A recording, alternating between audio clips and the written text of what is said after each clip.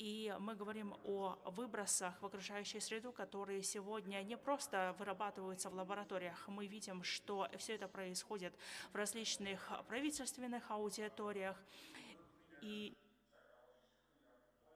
для того, чтобы очистить сегодня планету, правительства, а также инвесторы должны работать намного более эффективнее экономически. Сегодня очень многие чистые технологии сделали огромные шаги за последние несколько десятилетий. Мы сегодня видели, сегодня утром об этом мы видим, что цены на солнечные панели снизились на 0,1%. И мы видим, что сегодня по всему миру делаются также некоторые прогнозы, когда производство электроэнергии также будет удваиваться в середине тысячелетия. Поэтому мы видим такие изменения. Сегодня правительство, компании, а также различные компании по всему миру должны адаптировать намного более сложные подходы для того, чтобы развертывать эти технологии.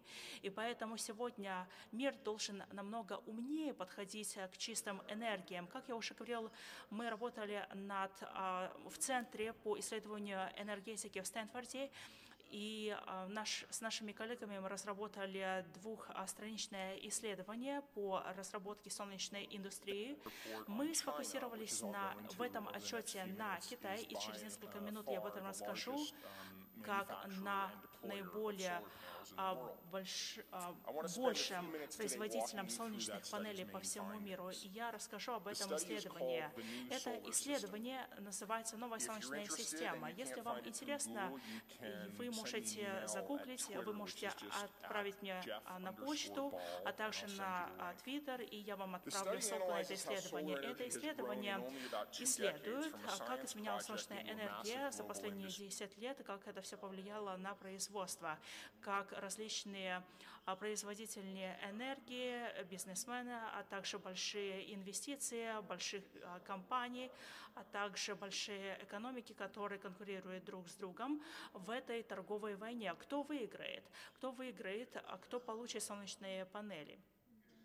И поэтому на данный момент я хотел бы немного остановиться и подумать о следующем, что Китай, а также США и многие страны в Европе сегодня вовлечены в национальные торговые войны за солнечную энергию. Как я уже говорил, сегодня Китай оккупировала этот рынок и работает в этом направлении. И сегодня Китай является одной из стран, которая сжигает больше всего угля и выстраивает умные города, где люди сегодня ходят, надевают маски для того, чтобы не дышать этим воздухом. И сегодня вы видите, что в Китае эти маски даже стали какой-то модой.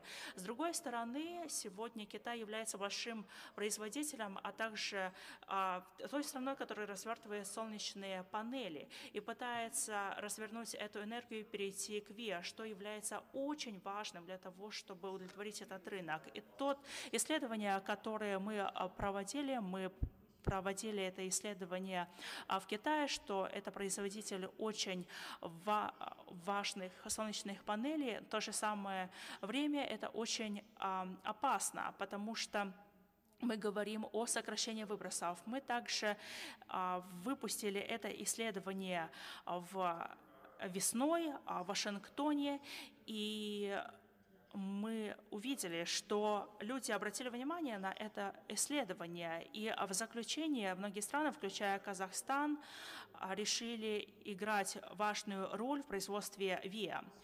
И простыми словами, профит или выгода от чистой энергии, а также развитие этого сектора очень является важным в выстраивании государственных отношений и в конкурентоспособности. И очень многие компании, страны, которые преследуют эту цель в различных областях, они видят, что они развивают свои сильные, конкурентоспособные стороны. для развития своих ценностей и то, над чем они работают. И если мы немного отойдем от этого, и мы можем сказать, что сегодня в окружающей среде ничего у нас нет устойчивого, особенно с экономической точки зрения. Поэтому то, как мы преследуем ВИА, мы преследуем в первую очередь экономику, а также устойчивость. Screaming and yelling about the existential nature of that crisis isn't actually changing lots of hearts and minds. Which brings me to why I want to talk to you a little bit more about solar energy. That is that if you care about curbing climate change, you have to solve it indirectly rather than directly. Because, as I said, I think most people don't really care that much about climate change.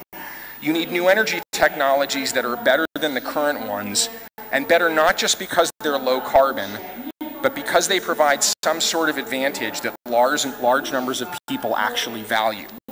An advantage on cost, or on convenience, or on economic growth, or on public health. Moreover, you need to make these technologies affordable not just in places like Silicon Valley, California, where I live, and where I see $100,000 Teslas plying the streets every day. You need to make these technologies affordable in developing countries, which is where nearly all the growth in global energy consumption and greenhouse gas emissions is likely to come from over the next several decades, and where per capita wealth is a fraction of what it is in the West. Which brings us to solar. Some of the most powerful countries in the world have concluded that they have an economic incentive to go big in solar, and they're scaling it up. A former Saudi oil minister by the name of Sheikh Yamani once said something famous. He said, "The Stone Age came to an end not because we had a lack of stones, and the oil age will come to an end not because we have a lack of oil." What did he mean by that? He meant that energy transitions, he thinks, happen not because of a push, but rather because of a pull. That is to say, transitions happen not just when something runs out, but when something better comes along that in the public mind pulls people toward that new thing, even if the old thing is still around. Does that make sense? That, I would argue, is where we are right now. I told you a few minutes ago that we're in a golden age of energy abundance. We're swimming in fossil fuel. We are not running out of the old stuff, ladies and gentlemen. And yet we are moving to the new stuff, which I think, again, puts a premium on the cost competitiveness of the new stuff. So let me just give you a little bit of context about solar. I don't like throwing numbers at people, but I think some numbers are important. Does anyone know what percentage of global electricity comes from solar? Just shout it out. Excellent. We have a few experts in the room. Anyone farther back who's not an expert and didn't hear? Roughly 1.5%, depending on how you count it. That comes as quite as a surprise to people who read about the virtues of solar energy. So, just so we're all on the same page, coal is, again, this is percentage globally of electricity generation. Coal is 41%, natural gas is 22%, nuclear is 11%, hydro, water running through dams, is 16%, wind, 3%, and solar 1.5%, something like that. Now, let me be very clear. Solar chinning 1% represents an extraordinary growth from where solar was 5 years ago. If you were to look at a very kind of rosy-looking chart that someone in the solar industry would show you, the chart would look like this. It's a great story. It's just a little different when you broaden out the lens and look at that against the backdrop of other energy sources. So I'm not here to tell you that solar is not going to get very big. It well may be, but we should be very cognizant of where we are today and where we are not. Now, in some places, because the world is a big place, in some places, solar represents a much bigger portion of electricity generation. In Italy, 8%. In Germany, 7%. Spain, 4%. Japan and Australia, 3% each. There's something called the International Energy Agency, which is based in Paris, which is kind of conventional wisdom on energy statistics. And the numbers I've been throwing at you come from the IEA. And the IEA predicts that solar could represent 16% of global electricity production by the middle of the century. Now, Many people believe that that is far too conservative. Many people believe that's way too optimistic. But let's just be clear that 16% is quite different from 1 or 1.5%. Okay, so I really want to finish this in about 5 minutes to let you talk. So I want to dig in to China, and I'm going to go a little bit deep here, so please stay with me, and then I will be quiet and you can ask some questions. So let's just have a little bit of a history lesson about solar. There's a really actually fascinating exhibit about solar at the Expo. I spent about an hour there yesterday, and I really recommend it to any one of you who finds solar intriguing. I learned a lot actually about the kind of far history of solar. But for our purposes today, what's regarded as the modern photovoltaic cell, photovoltaic, generating electricity from light, was developed at a place in the country where I grew up called Bell Labs in 1954. So that's roughly 60 years ago. Solar kind of sputtered along as a science project for about 3 decades. It was used in space, on spaceships. It was used on mountaintops. It was used in rural villages. Essentially, it was used in places that had no choice, where there were no electrical lines supplying electricity. And so, as a result, it didn't really matter what solar cost. People were willing to pay. That changed in the 1990s, first when Japan and then Germany, led by their governments, promulgated programs to try to deploy solar at what that point were quite large scales on rooftops, on regular people's rooftops. And we're not going to go into the details of that now, but suffice it to say that by the middle of the 2000s, Germany, a country with a solar resource akin to Alaska's, was the largest solar market in the world. That wasn't because of Germany's sun. That was because of Germany's incentives, Germany's subsidies. Now, let's move across the world to China. So there are some very smart entrepreneurs in China who, round about the early 2000s, woke up and realized that China had a pretty good track record of manufacturing goods for sale around the world at lower cost than most countries did. Televisions, computers, clothing, and it occurred to them, why not solar panels? It turns out that actually, while the solar industry would like you to believe that solar panels are quite technological, and indeed they are in terms of their development, the manufacturing is pretty straightforward. And so, to make a long story much shorter, these very smart entrepreneurs got backing largely from provincial governments in China, and they built factories which dwarfed anything that Germany had put up. And within a few short years, China had gone from producing nothing in solar to dominating the global solar market. Now, at the time, China wasn't deploying any of these solar panels in China. This was a purely export industry. China was sending these solar panels largely to Germany, to a lesser extent to other places in Europe that had promulgated very juicy incentives like Germany had, and also to the United States, which also had rolled out incentives. Just a data point, has anyone been to a place in China called the Yangtze River Delta? It's a little west of Shanghai, about 40 minutes on this high-speed train. The Yangtze River Delta, essentially 2 provinces in China, today produce 60%, 60, of all solar panels in the world. Whether China's rise as the dominant global solar player is a good thing or a bad thing depends on your perspective. If your goal is cheap solar power for the world, I'd argue, it's a good thing. If your goal is jobs manufacturing solar equipment in, say, Germany or the United States, it's not such a good thing. And that, ladies and gentlemen, is why we are all witness, as I speak, to an intensifying trade war over solar panels. And again, we don't have time to go into them today. I'm happy to talk in more detail if that's interesting to you in the question time.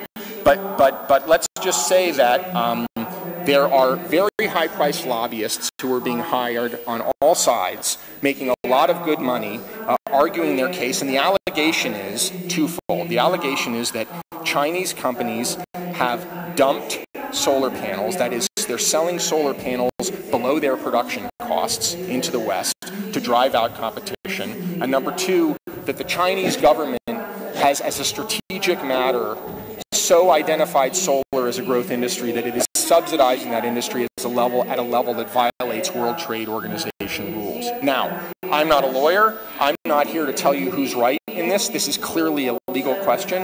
What I am here to tell you is it says something about this industry that that some of the largest corporations in the world feel that it's important to have this fight.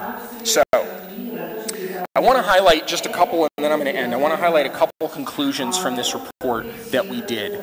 And what we did for this report is take 2 years, a long time, spend a lot of time on the ground in China, go deep into what's happening in the Chinese solar industry and try to tease out some conclusions about what that says about China's comparative advantages in the global solar industry on the theory that solar is relevant to clean energy industries much more broadly, and what that suggests other countries should rationally do if they want to play in an economically sustainable way in this game. So, let me give you a couple of conclusions and then I'm going to stop. First, the Chinese solar industry is undergoing a bruising consolidation, with some companies going out of business and others trying to weather profit margins that are razor thin. But the Chinese solar industry is likely to dominate the global market for many years to come.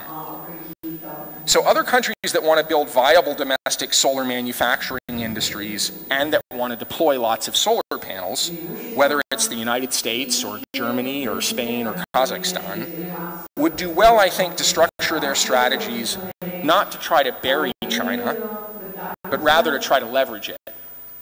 Their goal, again, ought to be to discern their comparative economic strengths. In this context, it's worth noting that tariffs that have been imposed by countries, including the United States, that want to disadvantage imports of renewable energy equipment from China and thereby promote their own domestic solar products, have not worked out as planned. Again, I won't go deep in the weeds on this, but the United States imposed these sorts of tariffs against imported Chinese solar products, and the facts are that there is not a massive resurgence of solar manufacturing in the United States, and indeed tariffs that were then imposed by China on the United States on a different kind of solar project have actually eroded more economic value from the solar industry in the United States than the tariffs that the U.S. imposed have added.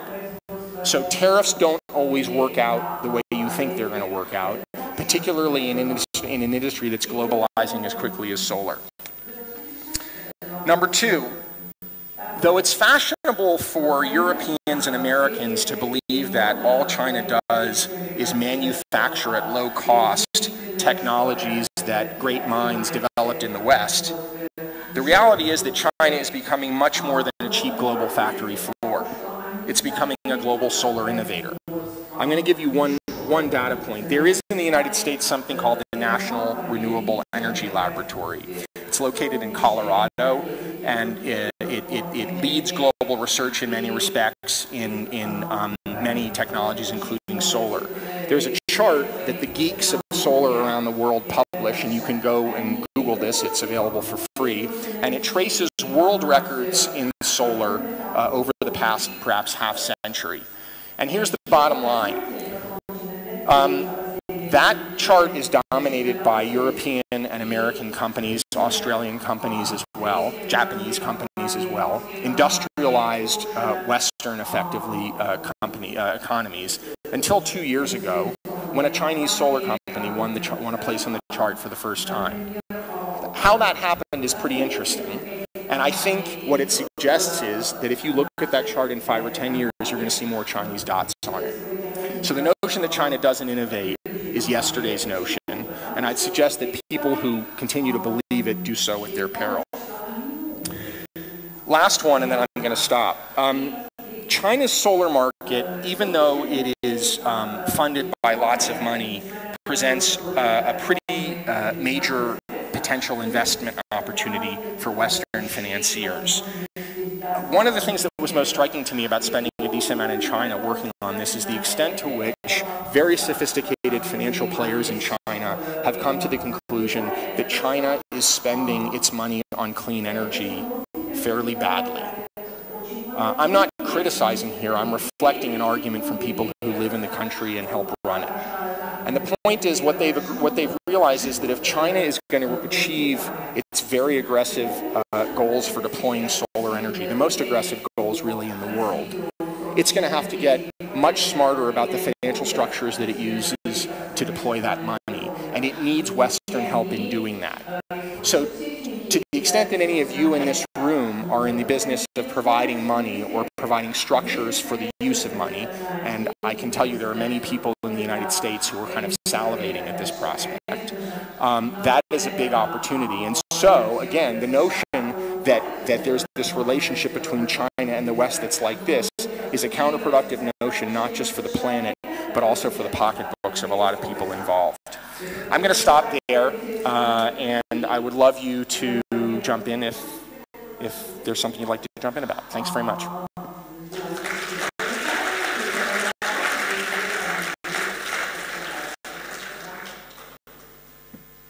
I was so boring that no one has any question. Is that right? I don't know how this works. Is there a microphone, or should they just stand up and ask a question? I think right over there.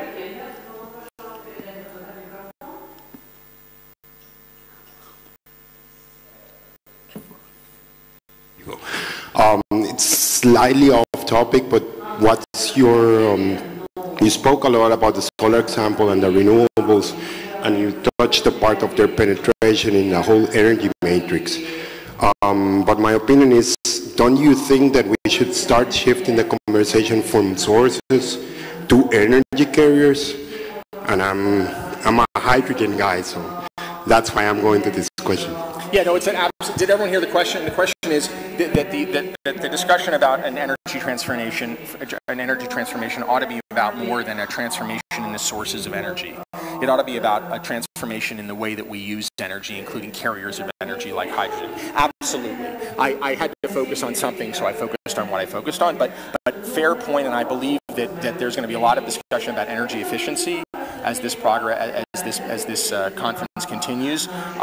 I will just say, as an observer of kind of what I think is a really fascinating grand economic competition that we're witnessing, whether it's hydrogen, let's say particularly in the transportation sector, whether it's hydrogen or whether it's electric cars, that is to say battery-powered electric cars, remains an open question. And I think I can segment the sort of 15 years that I've spent watching this into periods when the world was certain that it was going to be one or the other, and they were always wrong. So I don't envy people who have their life savings invested in these technologies, because I think one thing that you ought to walk away here remembering is that if you think you know the silver bullet, you're probably going to be wrong. And if you're going to invest based on that, you better get your return soon, because tomorrow you may lose it. Please, yes. Hi.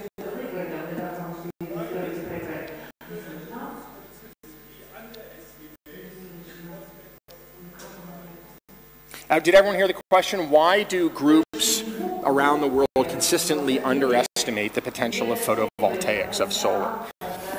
One idea, and everyone in here can offer another one. Look, the energy system is massive. Inertia is a powerful force. There are vested interests, and I'm not criticizing those vested interests. Look, before we get sanctimonious in this room and talk about the big bad oil companies or the big bad coal companies, let's all remember how we got here today, and let's remember what's powering the lights in this room.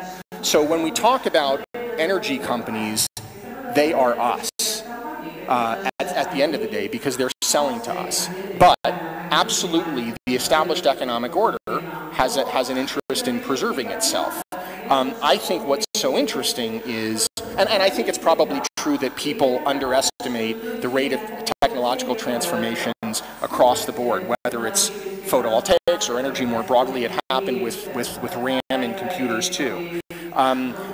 I will just say that what I think is really fascinating is that you are starting to see massive corporations, which 5 years ago laughed off photovoltaics, come out and admit publicly that they were sorely wrong to laugh off photovoltaics, and that they did their shareholders a disservice in laughing off photovoltaics. Now, whether those companies, the sort of traditional energy companies, are nimble enough to shift so that they can dominate these new industries as they have dominated the old industries is, I think, an open question. But for the planet, I think what's particularly interesting is that they're now invested in trying, and I'm fairly convinced this is about more than PR. This is about a realization that they've come to in the past couple of years that if they don't, their shareholders are going to be the losers for it.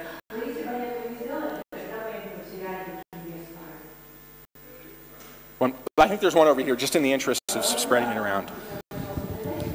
Thank you very much for your presentation. And I present Green Academy. We was coordinator for NDC in Kazakhstan.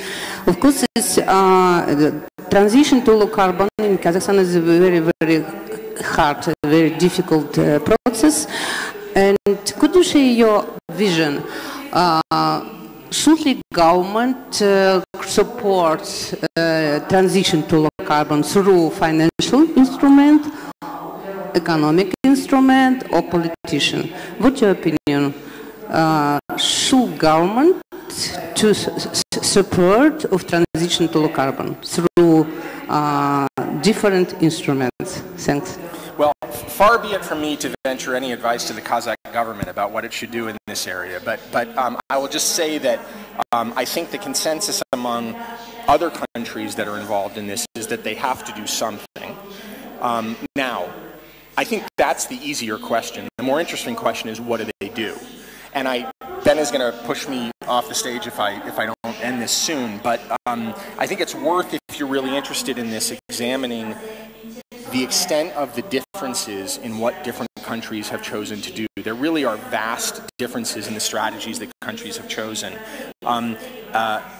What unites them is that those strategies aren't working fast enough.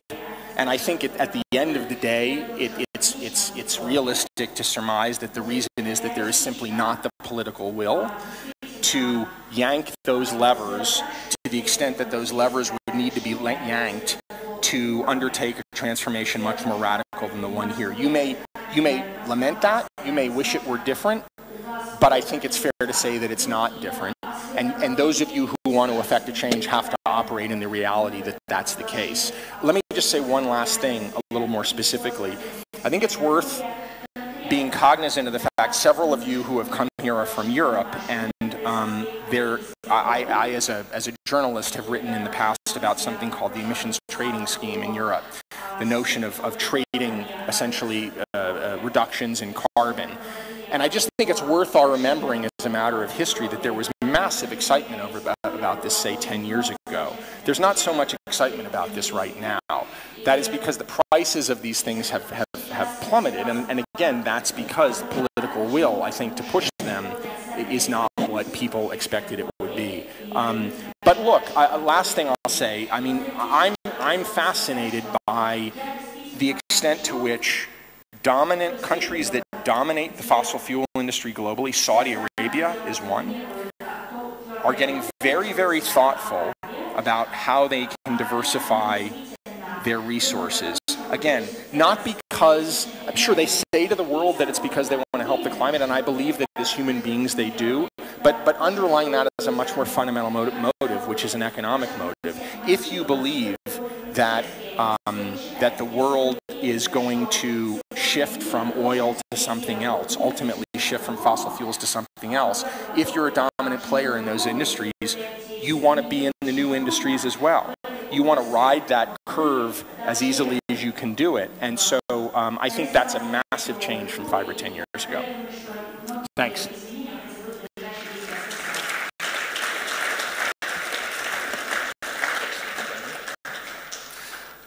Thanks, Jeff, and I'm sorry for curtailing your questions. Jeff, I think, will be around for the rest of today, so you should approach him during the coffee break or over lunch and engage with him on these issues, these very important issues more. So whilst they sort out the seating for our next plenary session, I just wanted to tell you about the session and who's going to be on it. So the second panel of the day is on energy efficiency and thought leadership, communication and innovation. So how can we promote energy efficiency in buildings? What are the innovative financing tools available? There are many that are under discussion. What are the public-private partnerships that might be developed? develop to promote energy efficiency, and how can policy help with adoption, and also how can marketing and communications help with adoption. Very important in the residential space in particular. So we've got 5 speakers who are going to be participating on this panel, the first of which is the Managing Director for Kazakh Invest. We're also going to be joined by the Executive Secretary of the National Chamber of Entrepreneurs in Kazakhstan. We're also going to be joined by the founder and CEO of Nature Elements Capital, KK Chan. We're also going to be joined by Kristina Klimovic, who's a PACE financing advisor at GNE Finance, and Gavin Allwright, who is the founder and Secretary General of the International Windship Association.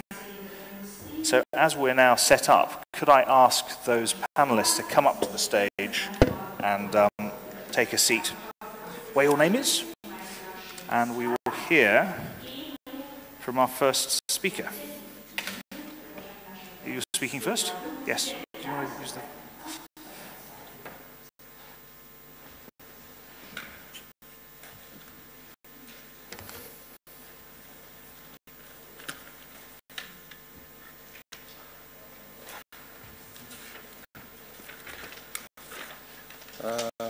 Morning, ladies and gentlemen. I'm going to start my presentation with a few words saying about investment climate in Kazakhstan, what is Kazakh Invest doing in promoting the investments to Kazakhstan, how we work on these investments with China and our countries, and finish my presentation with a few words about some certain financial structures which were being implemented already.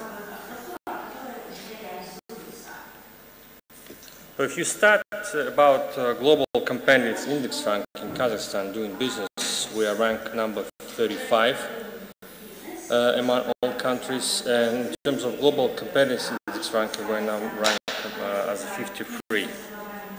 Obviously, there is a way to grow, but there's been certain work have done from government and multilateral agencies to promote investment climate in Kazakhstan.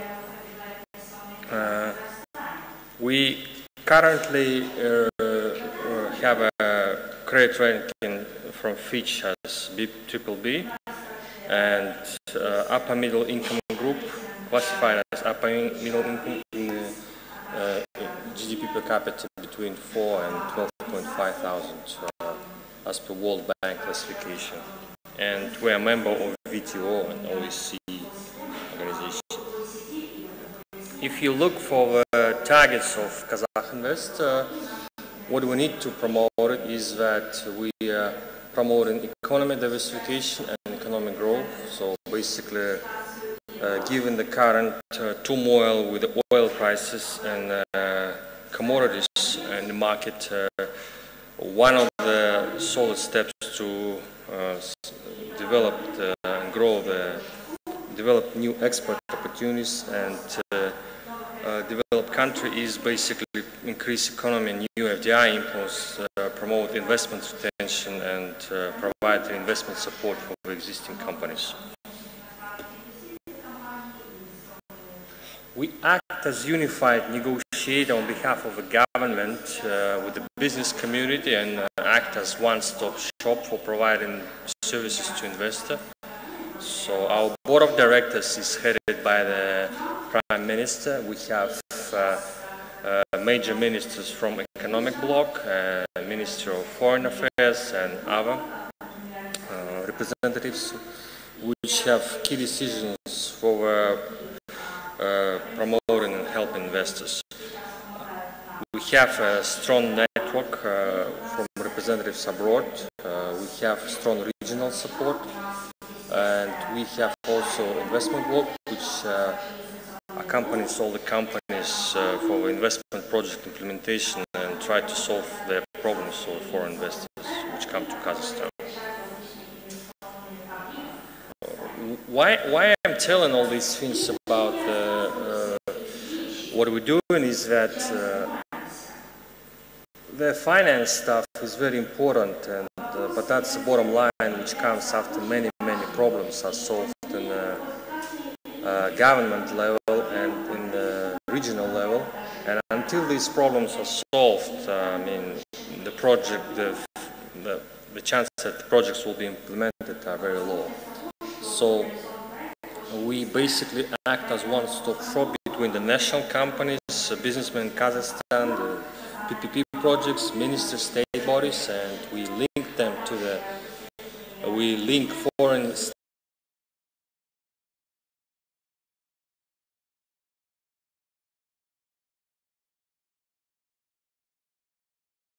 state bodies, industry organizations, strategic investors, the private equity funds, and the local commercial and foreign development banks institutions to all these counterparties and try to solve their problem.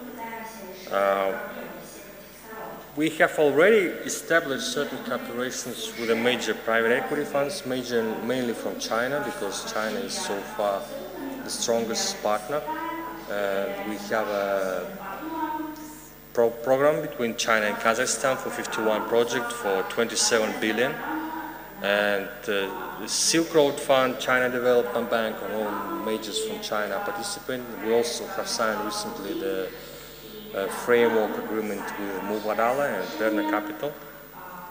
We pretty much signed with all our local counterparties like Eurasian Development Bank, Kazarga, and there is a way to grow basically apart from China, to diversify the exposure to the Western European and American development. But so far, China has the biggest credit appetite and investment appetite for Kazakhstan, and we'll talk about that later.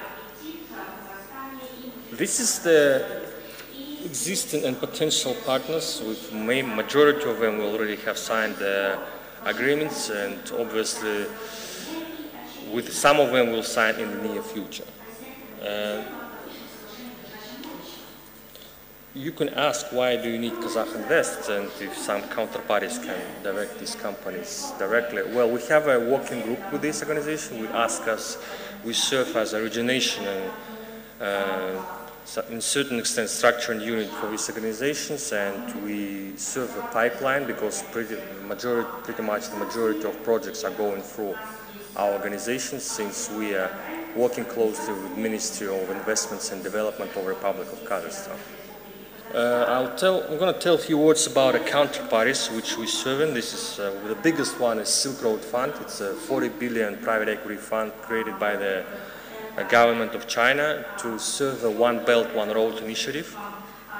And the major shareholders is the Central Bank of China, the China Investment Corporation, Exim Bank, and China Development Bank. They already have 4 or 5 projects implemented. Not all of them are here. But the recent deals, which are biggest one, is a hydropower station in Pakistan, the tire production, which is basically purchase of Pirelli, chemical production in China, and LNG production in Yamal, and they recently bought 10% of Cebu. Now, all this far away from the alternative energy and power generation, but this just tells about some opportunities about what are we going to, I mean, without all significant financing schemes and significant financial opportunities from these counterparties, there will be no projects at the end of the day. The next partner is China-Kazakhstan Production Capacity Cooperation Fund. This is basically the subsidiary of Silk Road Fund, which working closely with Kazakh Invest. We have provided about 20-25 projects for their review, and 5 projects can become priority with total amount of 4.1 billion.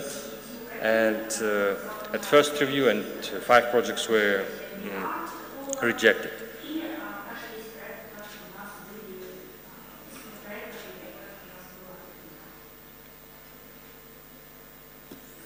We also work closely with China Development Bank, which one of the largest financial institutions, if not the largest financial institution in China for solar and wind power generation, and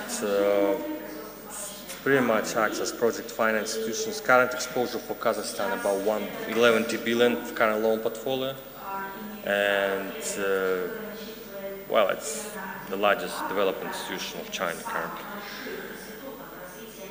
And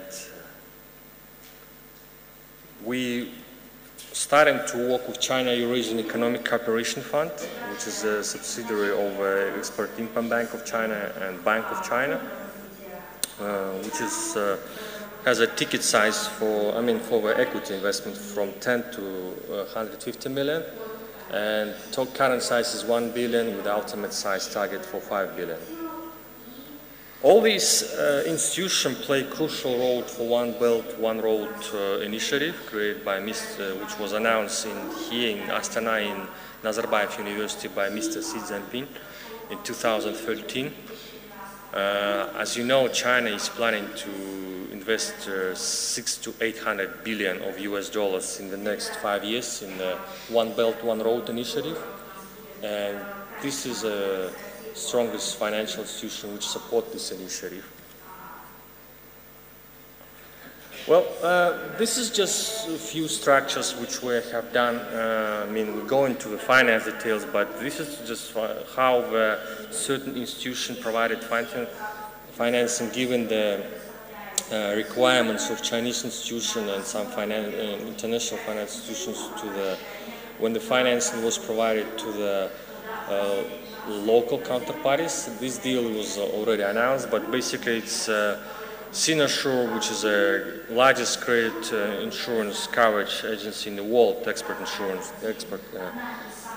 credit agency in the world, which have about exposure for 26 billion already for Kazakhstan, and basically insures almost all credits in Kazakhstan.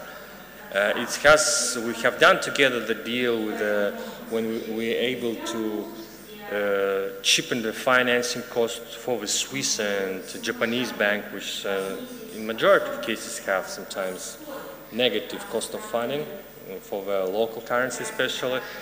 We've been able to provide link together the local counterparty and Development Bank of Kazakhstan when the Sinosure provided insurance coverage for the Swiss and Japanese bank, and we've been able to together to organize the cheapest financing for 13 years with a grace period for 3 years, and for one of the largest Kazakhstan refinery using the Development Bank of Kazakhstan as a financing institution. Yeah. The China Machinery Engineering Corporation, which is basically Power Tourist Corporation, but ideally this structure have to be implemented with other institutions. Basically, many companies have issues with collateral, and the way to avoid that, what Chinese are doing is that they're financing the structure, they're financing the EPC contract on 70–80% on their own, and then using the guarantee of local development institutions, particularly the Development Bank of Kazakhstan, or it could be AADB, Eurasian Development Bank, when that bank will refinance the credit facility after the construction is finished. So that allows to solve the issue with the collateral for the construction period, and basically Chinese are doing that to expand their portfolio of EPC contracts, which is already large, but obviously without proper financing structures it will not grow further. So this is quite aggressive, and what they're doing basically is that they're financing the EPC contract on their own, and then refinance this with the development or with the local development institutions after the project the construction is finished, after commencement of facility. Well, this is just a few examples, within a given period of time, but if you have any further questions, you can contact Kazakh Invest. We're more than happy to service all investors.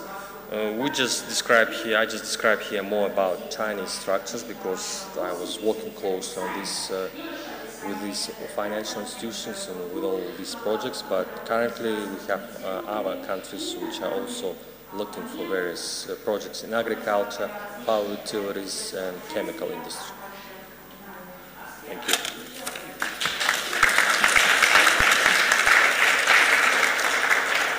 The financing dimension is incredibly important, of course, for renewables and energy efficiency. So thank you for describing those different structures that you're developing here. So can I invite Mr. Baltabayev up to speak? Unfortunately, we're running out of time, so I'm going to keep it to a strict 5 minutes, and you'll hear from me when you've got a minute left. Добрый день, спасибо модератору за предоставленное слово. Вопросы энергосбережения и энергоэффективности сегодня являются важными для Казахстана, так как казахстанская экономика является довольно-таки энергоемкой и энергозатратной. Кроме того, Казахстан, как полноправный член международного сообщества, взял на себя определенные обязательства в рамках сокращения выбросов парниковых газов. На сегодняшний момент эти обязательства составляют 15%, и по сути за этими цифрами кроется довольно-таки амбициозная цель. В частности, для того, чтобы достичь того вклада, который Казахстан взял на себя, необходимо снизить выбросы СО2 порядка 90-92 миллионов тонн СО2 эквивалента. Для сравнения, национальный план, действующий в Казахстане, предоставлял квоты в размере 150 миллионов тонн СО2. Это показатель того, что данные цифры, они довольно амбициозные, и система торговли выбросами сегодня, она не способна будет позволить стране достичь того вклада, который мы взяли. Поэтому вопрос энергосбережения и энергоэффективности, как косвенный инструмент, но распространяемый на всех субъектов, работающих и живущих в Казахстане, точно так же будет способствовать достижению тех целей, которые Казахстан взял на себя на международной арене. Необходимо отметить, что Международное энергетическое агентство также отмечало, что порядка 38% снижения выбросов СО2 можно достичь только благодаря тому, чтобы повысить энергоэффективность и энергосбережение. Сегодня для Казахстана это является довольно-таки важным вопросом, и одним из крупнейших потребителей тепловой и электрической энергии является жилищный сектор республики. Жилые и офисные здания потребляют 13,5% электрической и 24% тепловой энергии, при этом обладают значительным потенциалом энергосбережения. Как показывают данные Энергонадзора, основная часть энергопотерь приходится на систему отопления. Специалистами посчитано, что до 70% энергопотерь в обычном здании обеспечивают окна и двери. До 30% тепла теряется через кровлю и стены. В целом в Казахстане для обогрева 1 квадратного метра требуется в 4 раза больше топлива, чем для обеспечения этого же квадратного метра в Финляндии. Таким образом, как отмечают специалисты, тепло- и энергопотери в Казахстане составляют до 40% в отдельных регионах. Следует отметить, что сократив эти потери, Казахстан может сэкономить на сжигании угля порядка 12 миллионов тонн ежегодно. Сокращение 12 миллионов тонн угля приведет к тому, что это приведет к сокращению выбросов порядка 30-40 миллионов тонн СО2 в год. Таким образом, у Казахстана есть довольно-таки большой потенциал снижения выбросов через энергосбережение и энергоэффективность. И сегодняшние инструменты, они частично позволяют нам реализовывать эту политику. В Казахстане действует закон на сегодняшний момент основным инструментом в Казахстане является закон об энергосбережении и энергоэффективности. Вместе с тем, этот закон не позволяет в полной мере реализовывать тот потенциал, который имеется в стране. В частности, как я уже отметил, основным источником для снижения энергопотребления и энергоэффективности является жилищный сектор. И в рамках проводимой реформы сегодня в Казахстане, в ЖКХ, мы считаем, что необходимо сделать акцент на том, чтобы модернизировать то старое советское жилье, которое у нас имеется, сократив энергопотери и энергосбережение. Для этого на сегодняшний момент Национальная палата предпринимателей совместно с Европейской комиссией проводится проект по внедрению так называемых систем управляющих компаний. По сути дела, сегодня в Казахстане всем известно, что существуют энергосервисные контракты. Энергосервисные контракты позволяют инвестировать деньги в энергосберегающие технологии и затем за счет экономии по покупке электроэнергии возвращать те инвестиции. Вместе с тем энергосервисные контракты не могут быть реализованы именно в частном секторе, в сфере ЖКХ. Это связано с тем, что как таковой сегодня те дома, которые имеются в Казахстане, они обеспечиваются КСК, но дом не имеет субъектности, не заинтересован в снижении выбросов, так как, по сути, граждане республики ответственны только за то имущество, которое имеет. То есть каждый из нас меняет трубы в своей квартире, производит ремонт, сокращает потери тепла и так далее. Но вместе с тем на уровне дома такой масштабной политики не производится. В этой связи одной из инициатив Национальной палаты предпринимателей является то, чтобы на государственном уровне начать переход по энергосбережению и энергоэффективности именно на общедомовом уровне. Мы считаем, что это одно из тех направлений в области энергоэффективности и энергосбережения, которое сможет позволить Казахстану снизить энергопотребление в разы. Вторым моментом мы также предлагаем рассмотреть модернизацию промышленного сектора и производства электроэнергии. На сегодняшний момент электростанции Казахстана, коэффициент полезного действия электростанции Казахстана на 26% ниже коэффициента общемирового. Таким образом, получается, что мы на четверть сжигаем больше топлива для того, чтобы обеспечить 1 киловатт в час или же 1 гигакалорию для отопления нашего населения. Повышение КПД на электростанциях автоматически приведет к сокращению выбросов на четверть. И для этого мы предполагаем, что необходимо сегодня на уровне правительства принимать меры по поощрению энергосбережения, энергоэффективности, которые будут носить экономический характер. Для этого как проект или пилот можно реализовывать добровольные контракты, которые в своей совокупности похожи с белыми сертификатами. Эта практика она была реализована как и в южноамериканских государствах, так и в европейских. Что это подразумевает? Это подразумевает то, что предприятие возьмет на себя определенные обязательства по сокращению энергопотребления. И и по достижению этого показателя государство предоставляет ему белый сертификат, который в дальнейшем предприятие может либо реализовать его, получив определенную прибыль, либо же получить определенные налоговые льготы и преференции. В целом мы предполагаем, что в рамках реализации нынешних программ по энергосбережению и энергоэффективности, модернизации системы ЖКХ, а также пересмотра закона о естественных монополиях, который подразумевает как раз-таки развитие стимулирующего метода для субъектов естественных монополий.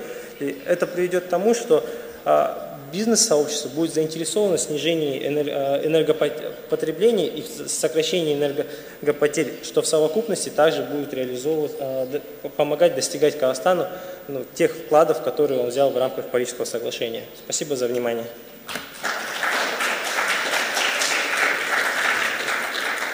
Wonderful. Thank you very much for outlining the situation in Kazakhstan. So we've got 3 speakers to go. KK Chan, over to you. 5 minutes. I'll be ruthless now.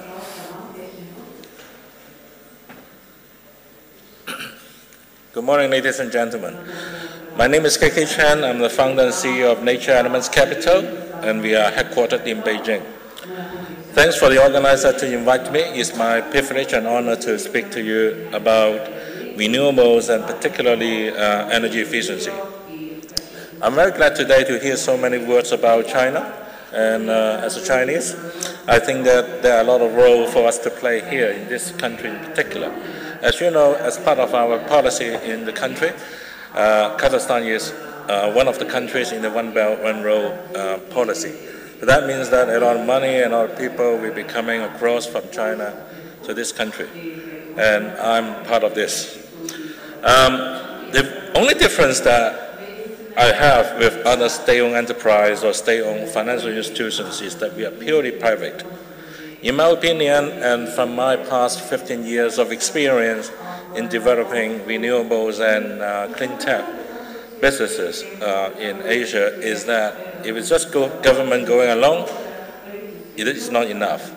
We need to mobilize private equity or private capital, including banks, to finance and support the development of the industry. Without it, it would be very difficult to make it commercialized.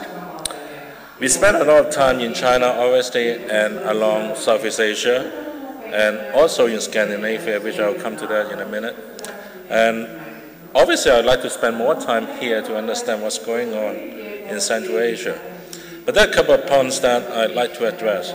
There are a lot of similarities between here and other developing worlds that we've been to. There are very, very similar characteristics. And I think that one of the key reasons of success in other developing world, such as China in terms of renewables, is that the policy support is very important. I understand that here we also have very similar support mechanisms to develop and encourage the development of the industry.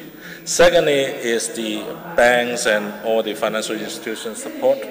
Now China obviously has a very deep pocket nowadays. It makes them easier to support. But I think here we can take the benefit of the successful history of China, and that's why we see a number of examples from the previous slides this morning that a lot of Chinese financial institutions are willing to come and support the development, which is very good. Thirdly, I think is the legal system, which is very important to make it successful, because as you can imagine, not everybody in the world understands the legal system in this country. And China is no exception too. But it takes them more than 20, 30 years for international and foreign institutions to be comfortable with the Chinese laws, let alone the language, so that they can put in a lot of money into China as life for the last 20 years.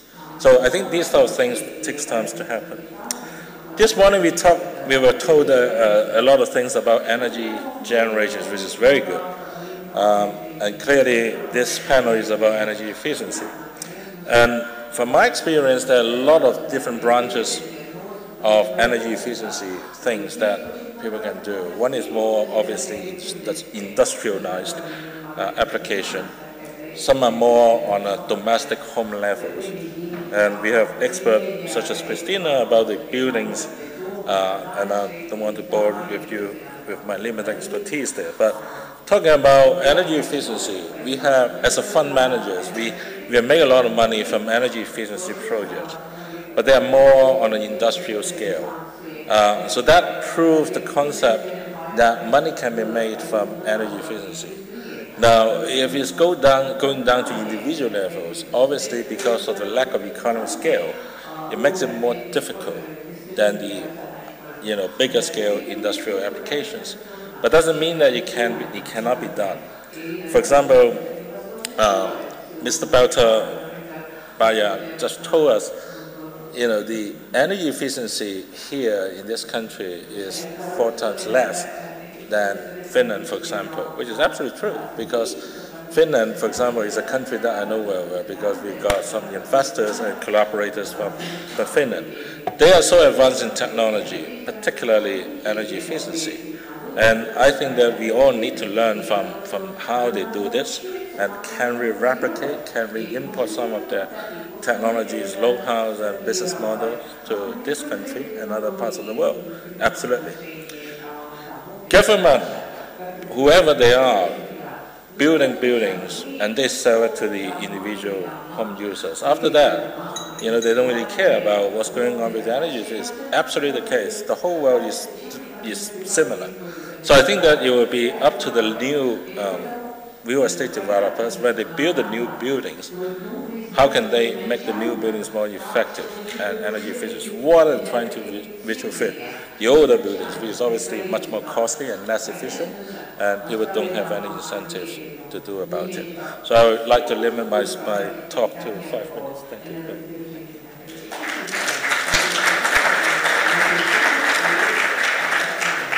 Now, I know KK will hopefully be sticking around. He's a real expert on these issues, extensive experience in China, financing things, at Climate Change Capital, where we both worked at one stage, and also at China Light and Power. And he has a PhD in electronic engineering from Cambridge, so he must know what he's talking about. So track him down later. Next speaker, Christina.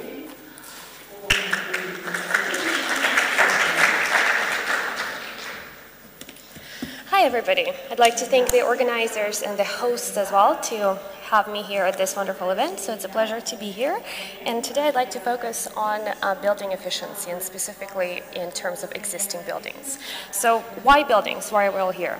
Well, first of all, buildings consume about 40% of all end-use energy, and they also emit about 1/3 of all greenhouse gas emissions. And it's not that much different in Kazakhstan, as a number of speakers before me mentioned that the residential sector is actually one of the largest consumers of energy. It's a third consumer of energy in Kazakhstan, and that's after the energy sector itself and after the industry sector.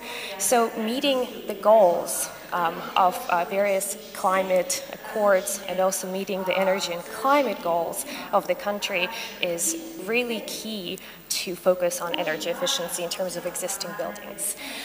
So for the past 6 years, I've been promoting a particular financing tool that helps make buildings more energy efficient. And that tool is called PACE, specifically PACE financing. So PACE started in 2007 in Berkeley, California.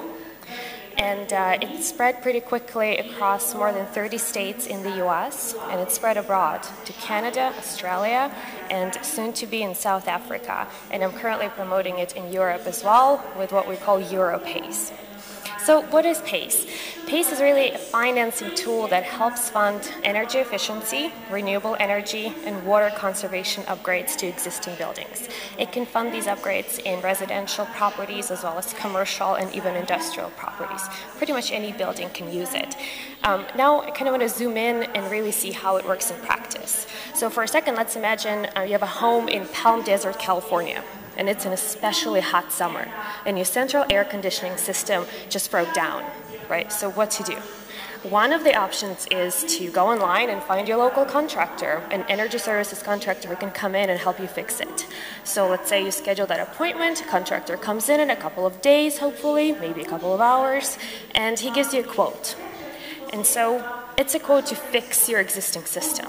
And here's a question. How do you evaluate what is the economic benefit of fixing the old system or actually getting a new system?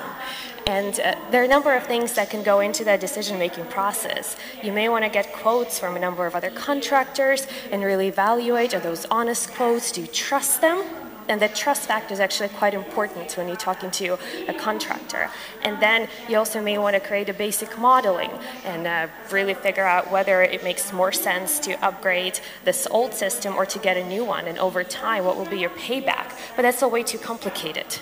So now imagine this contractor who comes to your home has actually been trained in PACE financing, which is supported usually by local governments. So you have this trust factor, but it's promoted by the private sector, usually private companies that come in and work with local governments, cities and counties.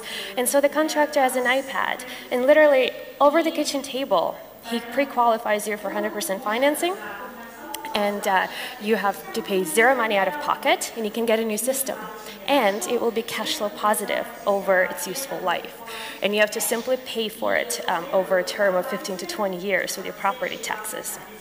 So this transaction was done completely digitally within a couple minutes, and you get a new system. So that's not really the future that we're talking about. This is happening right now. PACE is over $4 billion marketplace, which involves both residential and commercial projects that were funded in the US. There's no typical project size. The size range from 20,000 on residential to 8 million on commercial side, so it's quite a range. But now that you get really the picture of how it works in practice, let's think why PACE was so successful. And I think there are two innovations, one on the financing side and one on the deployment side. So let's focus on financing first. So what is PACE? It's really a collection and security mechanism at its core. In terms of the collection, it's collected with property taxes. So what are the benefits of property taxes? Well, first of all, it's a very common mechanism in the US. And it's something that's been used for hundreds of years. So here you have the security that it will be repaid. And PACE is also not tied to an individual, but it's tied to a property. So that's one important part. And then on the deployment side, and that's where I think it really gets interesting. So what we learned collectively as an industry, and I'll try to stick to my 5 minutes, is that consumers don't wake up in the morning and say, I want to buy energy efficiency, right? What a surprise. They also don't wake up in the morning and say, well, let me buy some financing. What they do is they try to solve a problem which they have in their home, whether it's a leaking roof, a broken thermostat, or whether it's an aesthetic reasoning or even a health reason. If one of your children have asthma, then you may want to think about air quality in your home. So it's really, we need to adapt to this people-centric approach in energy efficiency and focus on what people need. And that means focusing on comfort, health, and sometimes productivity or creativity of employees, for instance, when you're looking at the commercial sector. So it's really, we need to go as an industry beyond just looking for energy savings. The marketing images should be a bit different. So also what have we learned about the new consumer is that new consumers have more access to information and they have more choices. And they want transactions to be done quicker and simpler, which means energy efficiency industry needs to embrace digitalization, needs to embrace new trends and be kind of closer to the fintech solutions, if you will, than the traditional energy efficiency in itself. So also a couple words about the general trends in real estate and the social trends in general. So we're seeing that people are looking for more flexible, connected, and mixed-use spaces. More and more people in Europe and in the US work part-time, which means they may want to telecommute or work from home. So work and leisure time are also becoming more and more intertwined.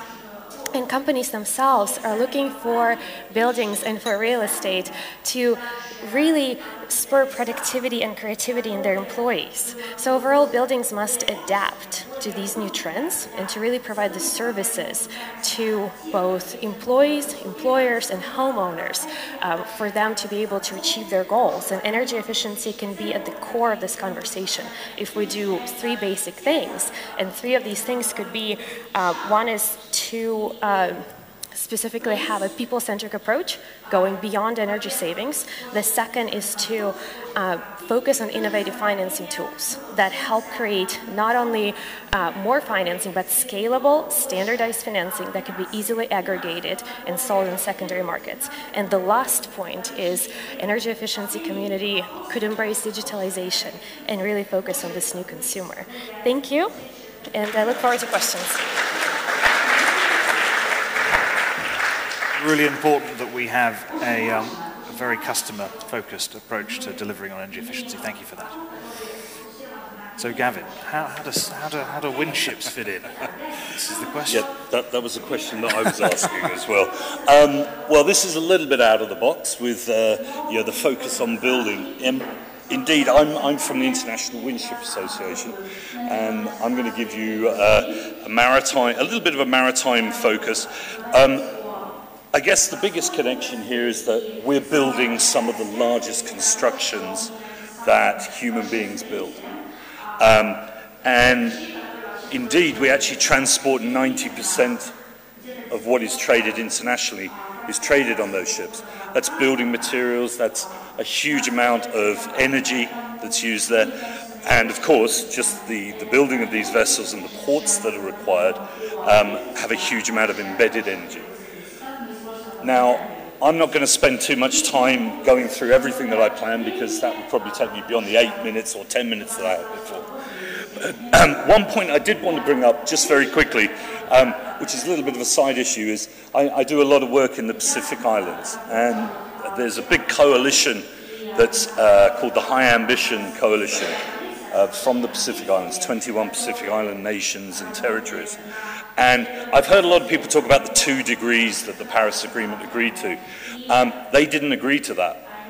They agreed only to that agreement because 1.5 degrees was the real target, if we could possibly get there. And even at 1.5 degrees, quite a few of those countries are actually disappearing. So I'd like to just bear that in mind. And when we do bear that in mind, actually every vessel that we build today has a 20 to 30 year useful life.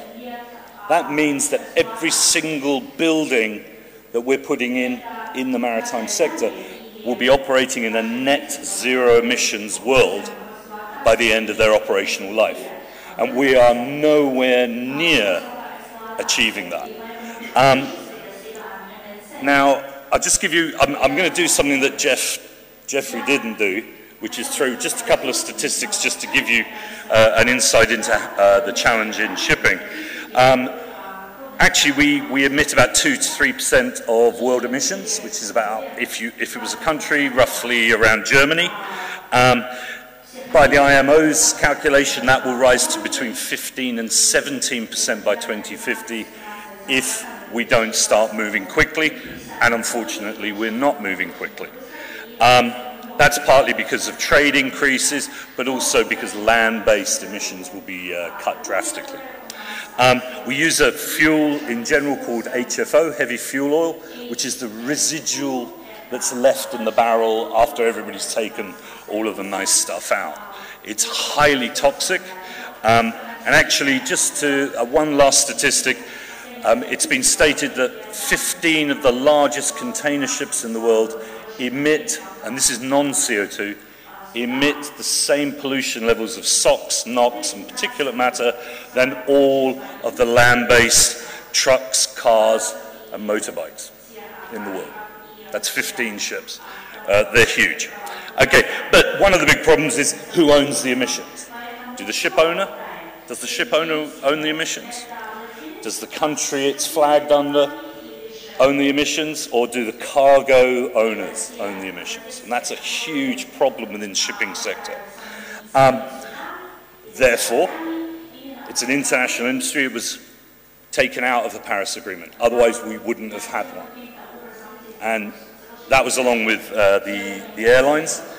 Now, we have some very similar barriers to construction on land. I'm actually a natural builder as well. When I take my sailor's cap off, I put on a hard hat and I build with earth, I build with bamboo, etc.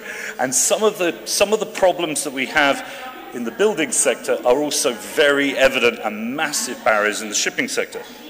One of them is what is the split incentive, where you have a huge rise in rental ownership, rental rather than ownership. The renters don't pay for the solar panels, whatever fuel efficiency or energy efficiency measure. In shipping, the cargo owner pays for the fuel, the ship owner doesn't. The ship owner pays for the fuel efficiency measures. There is no incentive for them to put those onto ships, very similar to a lot of landlords 20 years ago in the building sector. There was no incentive for fuel efficiency or energy efficiency.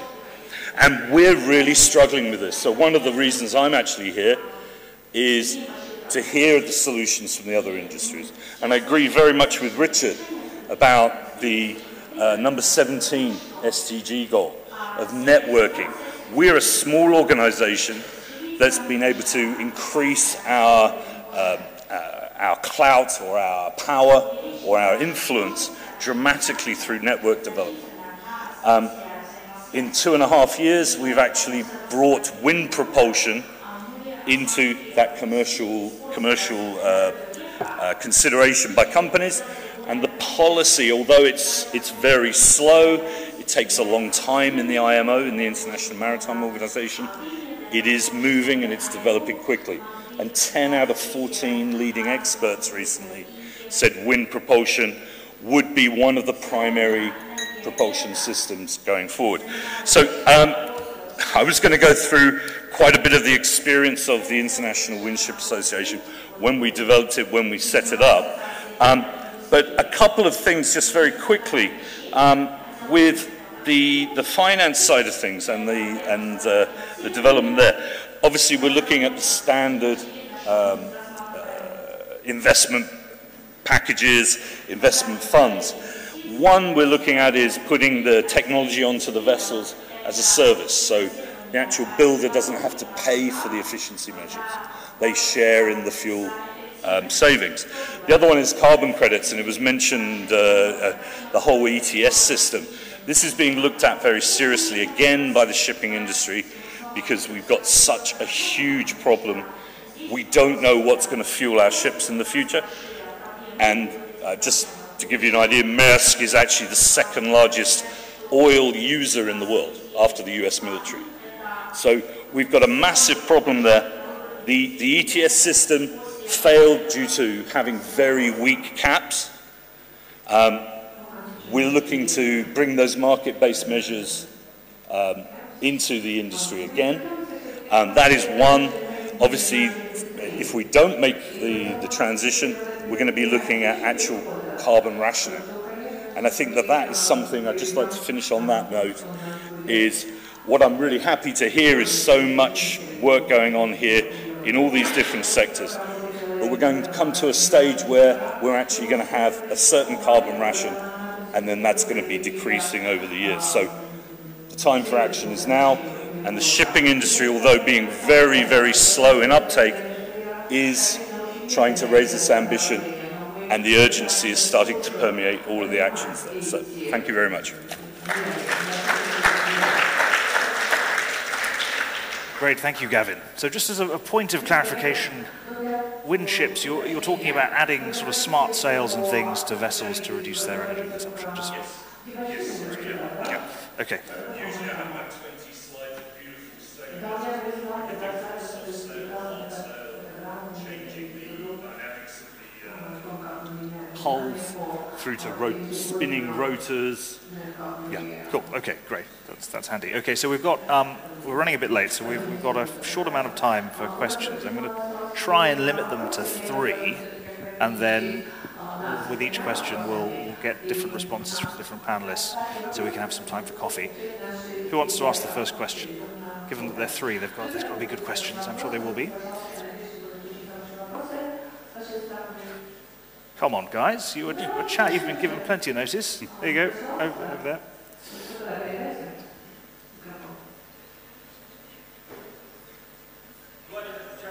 Oh, there's a microphone that should be coming to you from somewhere.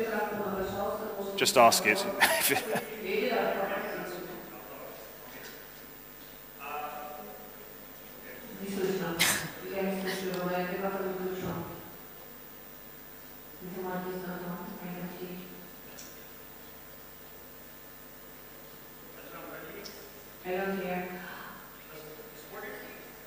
Nope.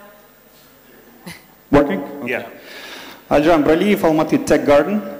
Thank you very much for interesting presentations. My question goes to Christina. Very interesting statistics. Could you elaborate a little bit more on the mechanisms you're applying with PACE? I understand you're working closely with individual house owners. How does your mechanism apply to the owners of apartments in all buildings? Do they also can get the quotas you're talking about? Could you elaborate more? Thanks. Yeah, that's a very good question and very relevant, especially to the place where we're in, where many of the buildings are actually multi-family properties, and it's a little bit more difficult. So the answer is yes. PACE can pretty much fund any energy efficiency, renewable energy, or water conservation improvements in standalone homes, condos, and as well as multi-family homes. So with multi-family homes, there are always a couple of options. One is, of course, to work individually with each one of the owners, which can be quite cumbersome and difficult. Another one is to work with various cooperative boards. So you work with one organization that then gets the sign-off from each one of the individuals. And each one of the individuals, the mechanism would work pretty much the same as with standalone homes. You would pay off the loan or assessment with your property taxes. And it's all split incentives issues for renters as well. So that's something that I know you mentioned for the shipping industry that was very relevant. In building sector, it's the same. You know, it's the landlord should fund everything, but then the homeowner actually reaps the benefits because he or she is getting lower energy bills. But now with PACE, you can actually pass these payments through to tenants. Of course, it depends on your lease structure, especially in commercial multifamily properties, but it's definitely possible. So basically, the multifamily structure is fairly similar to single family, but there are a couple of tweaks that need to happen from a legal standpoint in order to make sure that you can work with a full building as a cooperative. And multifamily multifamily projects are right now on the rise. Most of the PACE assessments were done on residential properties, but that's not inherent to PACE. It's simply the function of U.S. households, and most of the U.S. households are single-family homes. So there's no reason why we can't work with multifamily, and we want to work with multifamily in Europe specifically, where also most of the homes are, 17, 18, kind of, much larger homes. Great. So I hope that answers your question. KK, have you got an experience of PACE-like mechanisms in China? Yeah, there have been some similar things. But again, in China sort of situation, maybe slightly different from your market, is that most of these buildings are quite poorly maintained.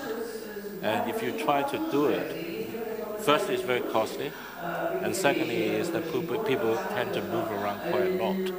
And so it will be very difficult for them to keep the system or the structure in place for, let's say, one generation to another generation. It seldom happens in China, and that increased the challenge. But that's why I said in my speech a bit earlier, is that there are so many newly built buildings in China, real estate projects and all this. Relatively speaking, it will be easier for the government to work with the real estate developers. For example, as a regulatory requirement, so that they have to build new buildings as per whatever stringent requirements of energy efficiency. Otherwise, the real estate developer will be subject to a penalty.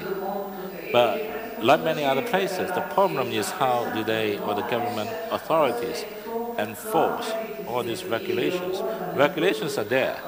If people are not complying with the regulations, they may be subject to a small fine. So if you have to spend that much of money to build the thing as per the regulations, but the fine is so little, then okay, let's pay a fine.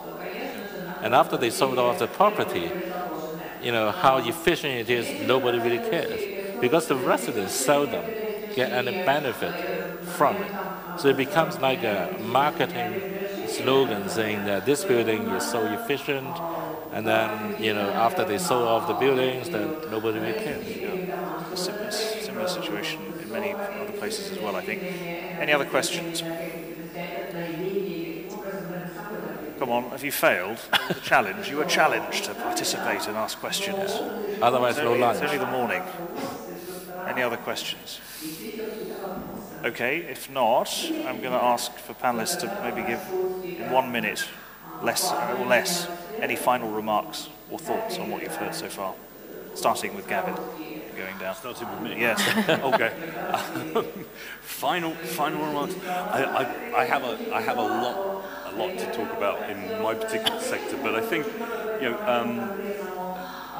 the multi-stakeholder approach is incredibly important if we're actually going to move ahead and sustain the systems that we're looking at. So, for example, what I think in the house building side of things, one thing that's quite often missed or not developed is actually the homeowners or the people actually building these houses actually being engaged with that building process and really looking at the way to not just bring any energy efficiency in as an afterthought, but bring it in at a very fundamental basic level. And this is the same with shipping. I will always bring it back to shipping. Seafarers are almost never consulted on the design of the vessels that they have to operate. And it's been estimated probably up to 20% increase in efficiency could be done just simply by engaging with the seafarers themselves. And I think that's very true in the building market as well.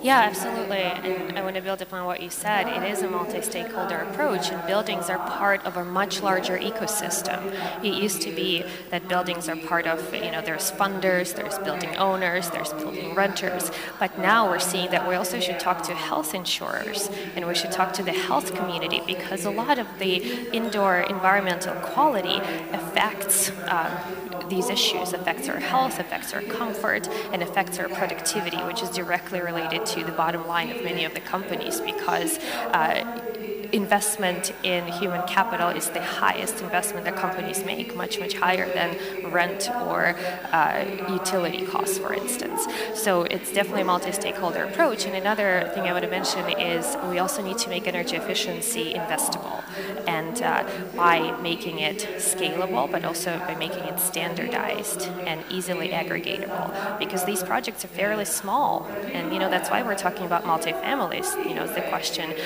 was brought up. It's single-family home projects are, they're $20,000 or maybe even less. That's not an investable asset. There needs to be very standardized and very similar projects that you can then aggregate and really sell them off to the secondary markets. Then we're really going to be talking about a serious business here.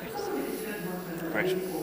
This is my first time to Kazakhstan. I'm really impressed. And I think that this country is in what I call a jumpstart mode, meaning from renewable energies perspective, energy efficiency perspective, or whatever.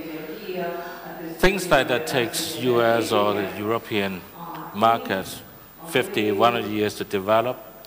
China, 10 years to develop from really nothing in renewable energy to now the world's largest manufacturers of wind turbines and solar panels, as we were told just now. And I've got a strong feeling that this country will probably take far less time to do something really big. Whether it's energy efficiency in building or whatever, I don't know. But I will be very happy to see its progress. I look forward to collaborating with any of you in this regard. Thank you.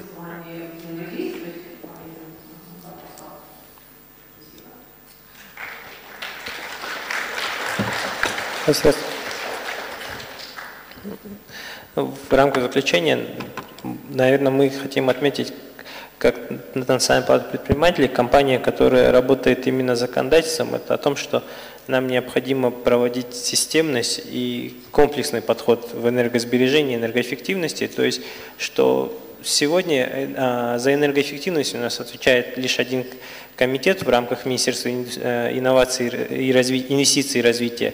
Вместе с тем, как показывает даже сегодняшняя наша дискуссия, здесь задействованы ряд секторов. Это и строительные компании, это индустриальные компании, энергосервисные компании, энергетические и энергопередающие компании. И в конце концов это само население, которое должно быть заинтересовано в том, чтобы сокращать энергопотребление и таким образом меньше в конце выплачивать за коммунальные услуги.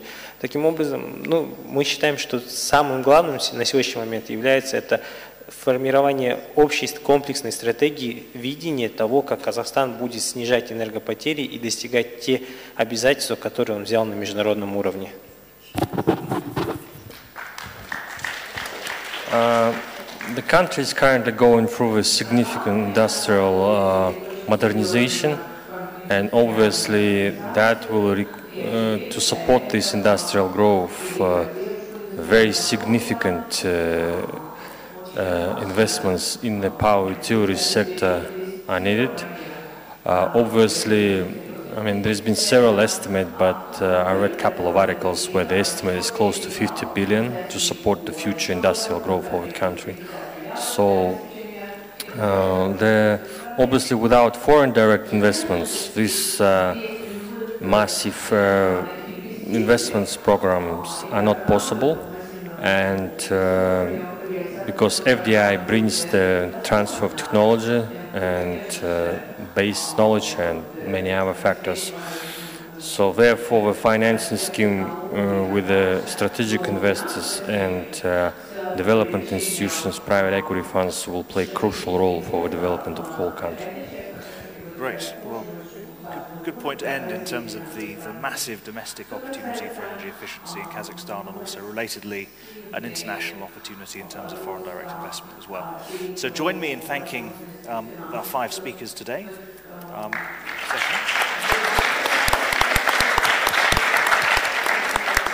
We now have a coffee break. We're running a bit behind, so could you come back please at 12 promptly, for our next panel session, which is going to be on accelerating energy sustainability, and come back after your coffee enthusiastic and energized so you can ask some questions next time. Thank you. Nice. I think almost. Yeah. Very nice meeting you. Thank you. If you need anything from China, do let me know. We'll be very pleased.